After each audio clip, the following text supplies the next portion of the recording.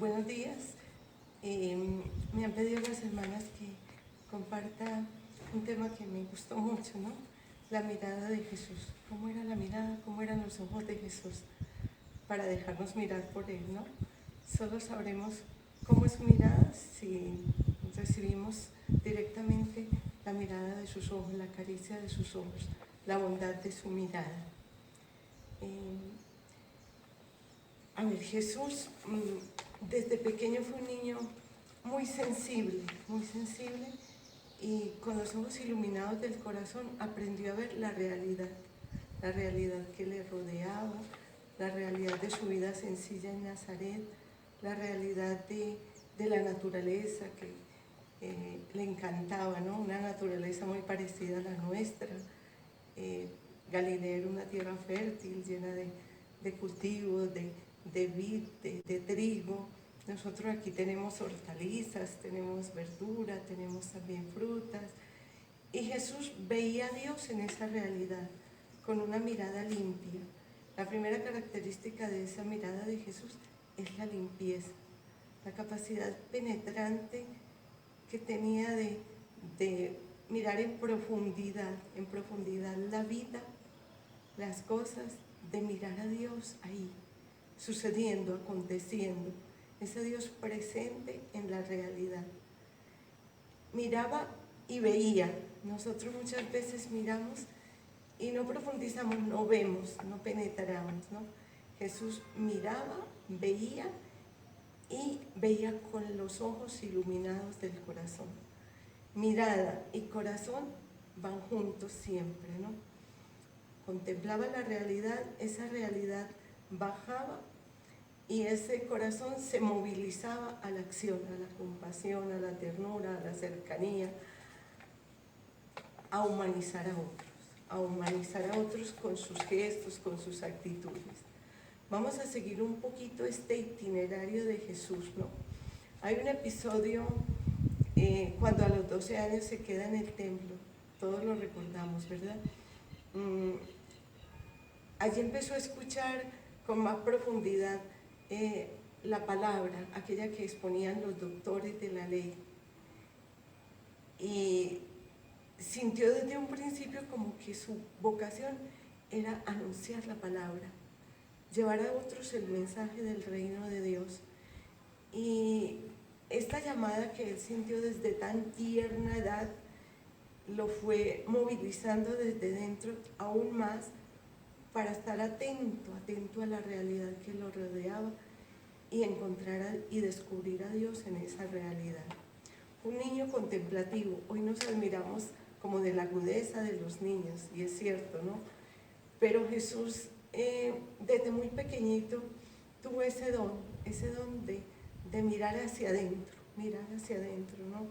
No la mirada superficial, no la mirada superflua que muchas veces tenemos nosotros, o esa mirada evasiva para no comprometernos, ¿no? Jesús se deja interpelar por esa realidad.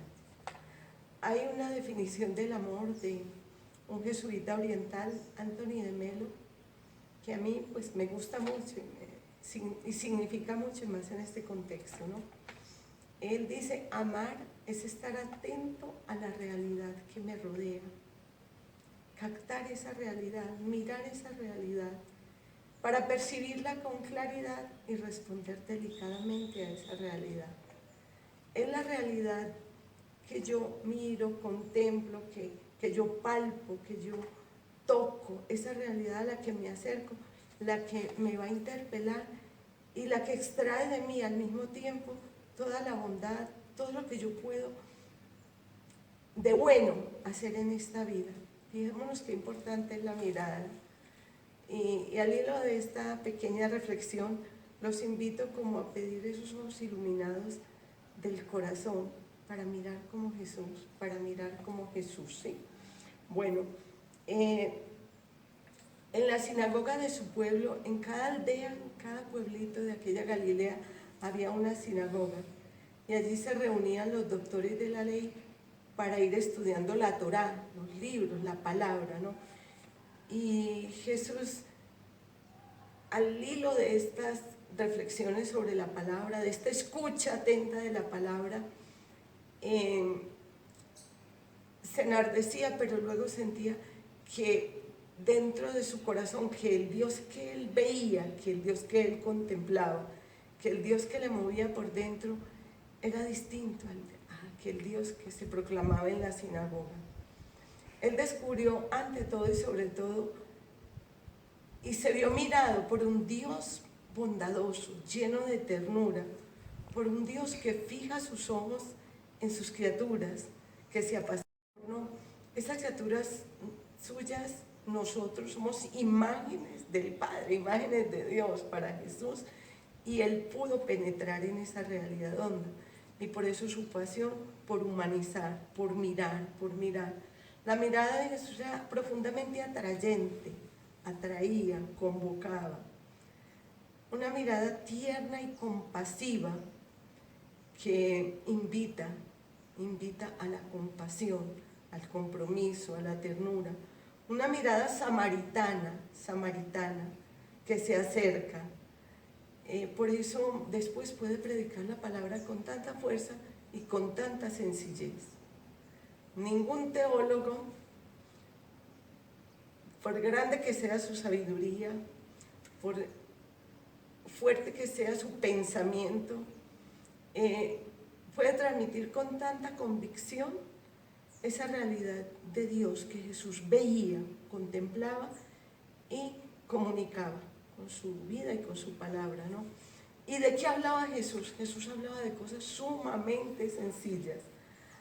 Hablaba de lo que él había experimentado desde niño, de esa relación que había tenido con el campo, con los trigales, con los pájaros, con las flores, con los niños, con las mujeres de su pueblo, con los enfermos. Seguramente que en Nazaret, en su pueblo, habían mendigos, habían leprosos, habían mujeres viudas, había dolor a su alrededor. Y Jesús miraba, se acercaba a esa realidad con una mirada compasiva pero comprometida también.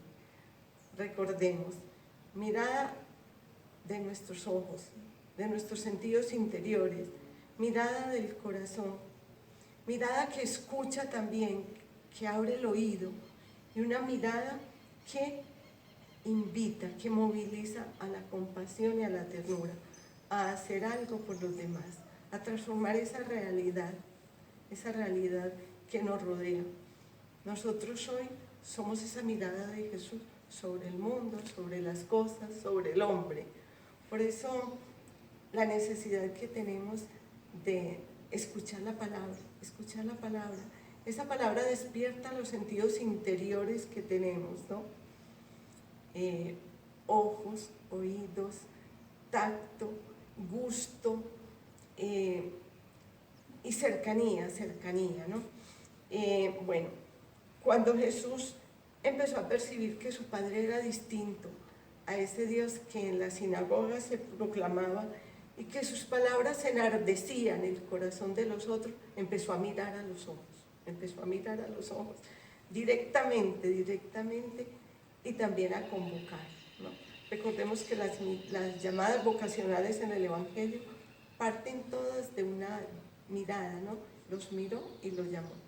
Los miró, se detuvo en ellos, en singular, en ti, en mí, en cada persona, y nos llama, ¿no? Ese es como el proceso de Jesús, ¿no?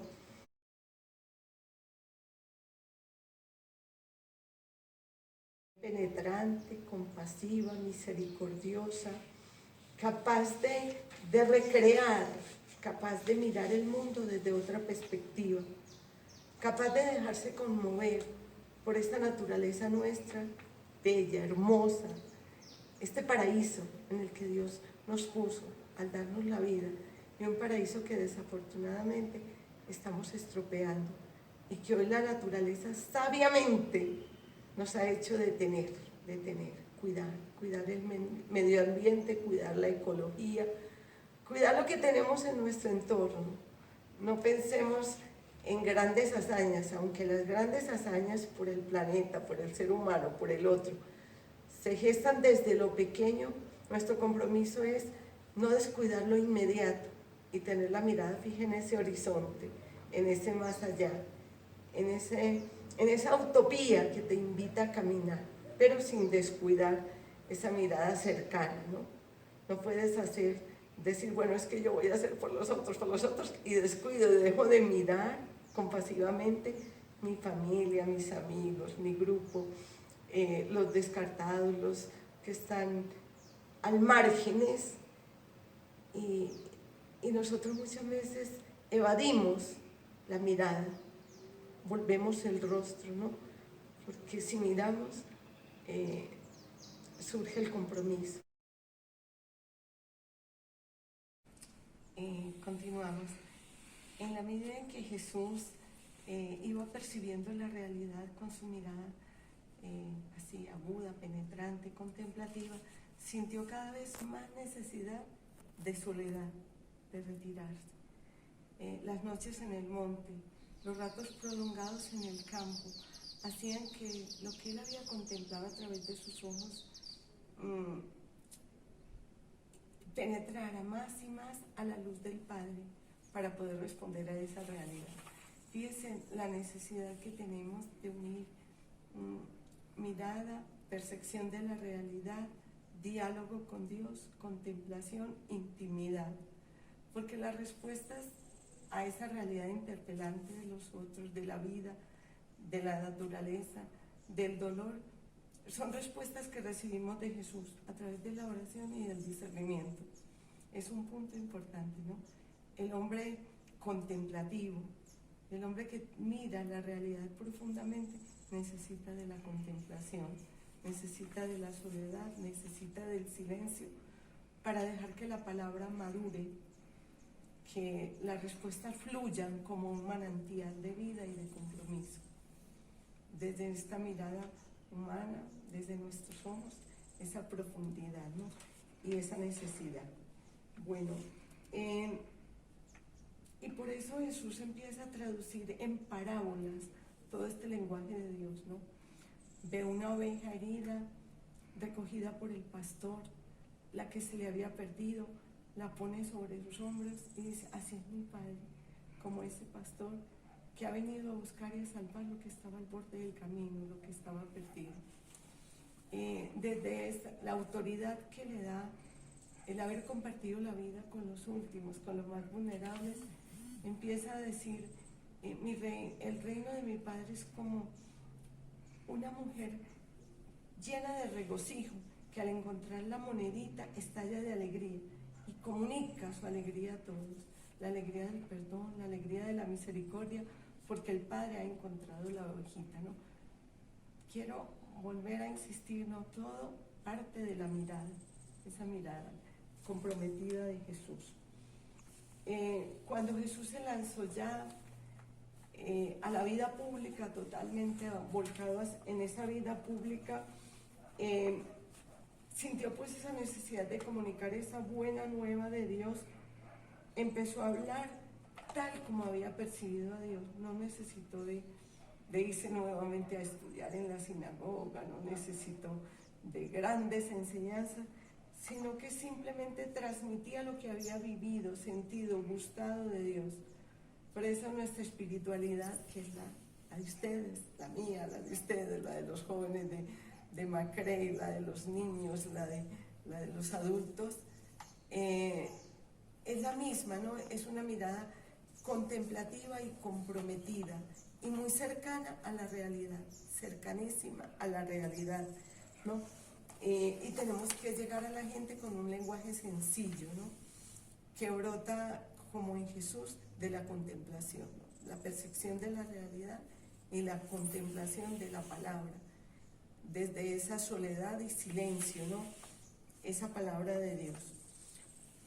Cuando Jesús se lanzó irresistiblemente hacia la gente, hacia los demás, sentía que la gente se sentía convocada, atraída por él, y le buscaban también, y le seguían apasionadamente las multitudes. Es verdad que curaba, que hacía milagros, pero lo que más le fascinaba era esa nueva manera, ese nuevo modo de presentar a Dios, de hablar del Padre, de ese Padre cercano y fascinante que les presentaba, de ese Padre que se conmovía ante los pequeños, ¿no? Mi Padre ve en lo secreto, ve lo pequeño y responde. Mi Padre ama las mujeres en el tiempo de Jesús no contaban, los niños no contaban, los pecadores menos, los publicanos tampoco, ¿no? Eran excluidos de la ley y puestos al margen de Dios. Y Jesús dice, no, para ellos estoy aquí. Esa es nuestra manera, pues, de ir como haciendo nuestros estos sentimientos de Jesús. Ojos, corazón, oídos, tacto, cercanía, compromiso, convocar a otros. Mire, la iglesia es la sociedad, mejor dicho, sí, la sociedad, el reino de Dios. La iglesia es más que el reino de Dios, ¿no? El reino es ese campo vasto que nos ofrece la iglesia para anunciar a Jesús. Y ahí formamos una comunidad convocada desde la espiritualidad de la comunión, la sinodalidad, que hoy está tan de moda, ¿no? Juntos podemos más. Laicos, sacerdotes, religiosos, personas comprometidas, incluso de otras confesiones, que han descubierto también al Dios de la vida y que se sienten solidarias, ¿no? No excluyamos a nadie, ¿no? Nuestra religión, la espiritualidad del reino, mejor dicho, la espiritualidad del reino es incluyente, es para todos, luz para todas las naciones, ¿no? Bueno, necesitamos pues esa experiencia personal de mirar la vida con los ojos de Jesús y de dejarnos mirar con Él, para que se despierten esos sentidos interiores y podamos también obrar y mirar las cosas como Él, mirar el hombre, el ser humano, mirar la naturaleza, mirar nuestro compromiso solidario con este mundo, ¿no? ¿Y cómo aprendemos de esto? Pues de la misma vida. La mejor escuela es la vida. Ahí aprendemos a humanizar, a hacer sentir al otro la gracia de ser humano. Mire, yo personalmente creo que muchos hombres y mujeres, muchos niños, muchos jóvenes, desafortunadamente, pasan por la vida sin haber descubierto lo bello que es la vida, el sentido profundo de la vida, que es compartir, darte a los demás, humanizar al otro, llevar calidez, llevar cercanía, descubrir esa vocación última, esa grandeza última de nuestra vida, que es que somos imágenes de Dios. Todos somos imágenes de Dios. Y en esa imagen inacabada de Dios que somos nosotros, Dios va realizando su obra, nos va haciendo como el Hijo, sensibles como Él, humanos como Él y divinos como Él también. No hay un ser humano más grande que Jesús, tan humano, solo Él, tan divino, solo Él. Nosotros, en la medida que nos humanicemos, nos vamos divinizando. Evangelizar es humanizar al ser humano, humanizarlo, hacerle descubrir su grandeza. ¿Cuál es la invitación después de estas reflexiones tan sencillas, ¿no? Primero, que nos dejemos mirar por Él, que nos dejemos mirar por Él a los ojos, porque su mirada nos cambia desde dentro. Que nos regale los ojos iluminados del corazón, para ver con los ojos de Jesús la vida, las cosas, el ser humano, la naturaleza, para dejar que esa mirada suya extraiga de nosotros toda la bondad que Él mismo ha sembrado. Él mismo ha sembrado mucho en nosotros, en cada uno de ustedes, en todos. Nos ponemos frente a un niño y descubrimos esa inocencia de Dios, esa ternura de Dios, esa bondad, sin malicia que tiene el niño, nos habla de eso. Nos ponemos frente a un joven lleno de ideales, ante el que el mundo es pequeño, porque sus utopías son tan altas, tan grandes, y descubrimos ahí ese motor que lo está moviendo, que es Dios. Nos ponemos frente a una persona comprometida, un científico apasionado por ayudar a los otros, un artista, un místico que expresa en la música, en el arte, en la pintura, en la escultura, la belleza. Ahí está ese misterio escondido de Dios que le hace expresar, ¿no? Ante una persona profundamente comprometida en la transformación de la humanidad, de estas estructuras injustas, de estos gobiernos a veces tan corruptos, descubrimos personas grandes, personas que mueven, que movilizan. Ahí está el Dios de Jesús haciendo su obra, mirando y contagiando con su mirada sus sentimientos, sus actitudes, sus gestos, sus palabras. Dejémonos pues mirar, interpelar, tocar. Él nos enseñará a contemplar y a no tener miedo a la realidad, a ser una iglesia, como dice el Papa Francisco, en salida, una iglesia que convoca, que se siente convocada con otros. Solos no podemos, ¿no? Hoy no podemos vivir nuestra fe al descampado, en solitario. En la comunidad es donde Dios nos habla, en la comunidad de amigos en Jesús, en la comunidad de jóvenes, en la comunidad de los niños, alrededor de la familia, de la parroquia, del grupo infantil, de la infancia misionera, en la comunidad de jóvenes profesionales, de jóvenes emprendedores, en la comunidad de gente comprometida con el país. Es el momento de esta pandemia también de orar por nuestros gobernantes, por los poderosos del planeta, que también el Señor les regale esa mirada universal, ¿no?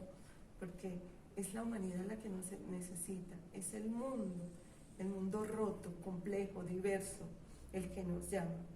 Mucho ánimo, dejémonos mirar por Jesús y que Él nos vaya poniendo en nuestros ojos, en esa mirada miope que tenemos sobre la realidad, que nos vaya dando esa mirada compasiva, universal, esa mirada que llene nuestros ideales y nuestra vida. Bueno, buenas tardes, buenos días.